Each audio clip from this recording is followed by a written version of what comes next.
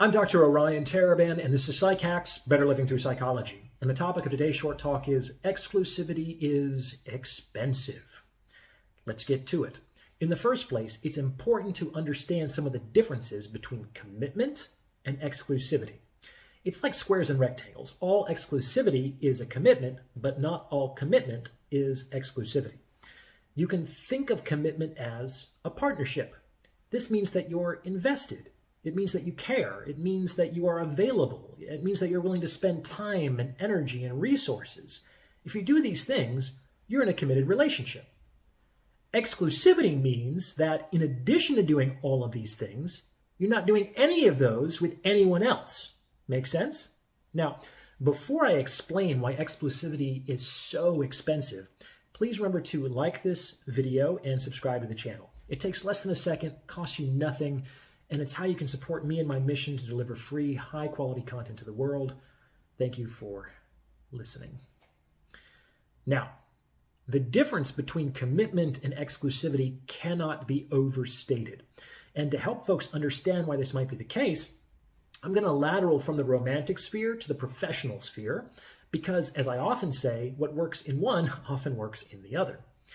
Let's say that your company wanted to advertise at the upcoming World Cup. That is, your company wanted to become a partner of the event. To do this, your company would enter into an agreement, a commitment with the folks who put on the event.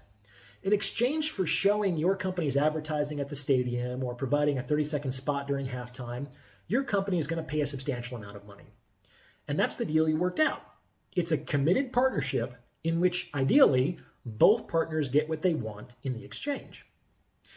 But let's say that your company wanted to be the exclusive partner of the World Cup. Do you have any idea how much more they would have to pay? The folks who put on the event would counter that they could get ad revenue from like 50 other companies for this one stadium alone.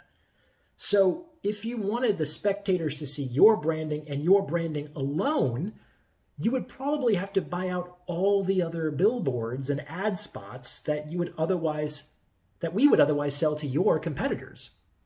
It'll be less work for us to just sell to you because we'd only have to manage one contract versus 51 contracts. So we'll give you a discount, but it's still going to cost you a lot. Exclusivity would probably cost around 45x what commitment would in this scenario. And it would be financial suicide for the promoters to agree to anything less, since they could make so much more selling individual partnerships. Do you understand? Now, let's lateral back to the romantic sphere. The basis of any relationship, whether it's personal or professional, is the mutual exchange of value. And the amount of value being exchanged dictates the level of the relationship. A certain amount of value needs to be exchanged in order to have a committed relationship, but another level entirely must be exchanged to have an exclusive relationship, at least if one of the participants isn't going to be completely hosed. This is something to keep in mind. Exclusivity is really expensive. It's really expensive. And so if you're gunning for that level in your relationship, you have to be willing to provide an exorbitant amount of value, and value is always defined by the other party. Remember, the cat decides which milk is good. Just keeping it real. What do you think? Remember to like, comment, and subscribe for the algorithm, and see the About tab for more information on donations, consultations, and sponsorship opportunities.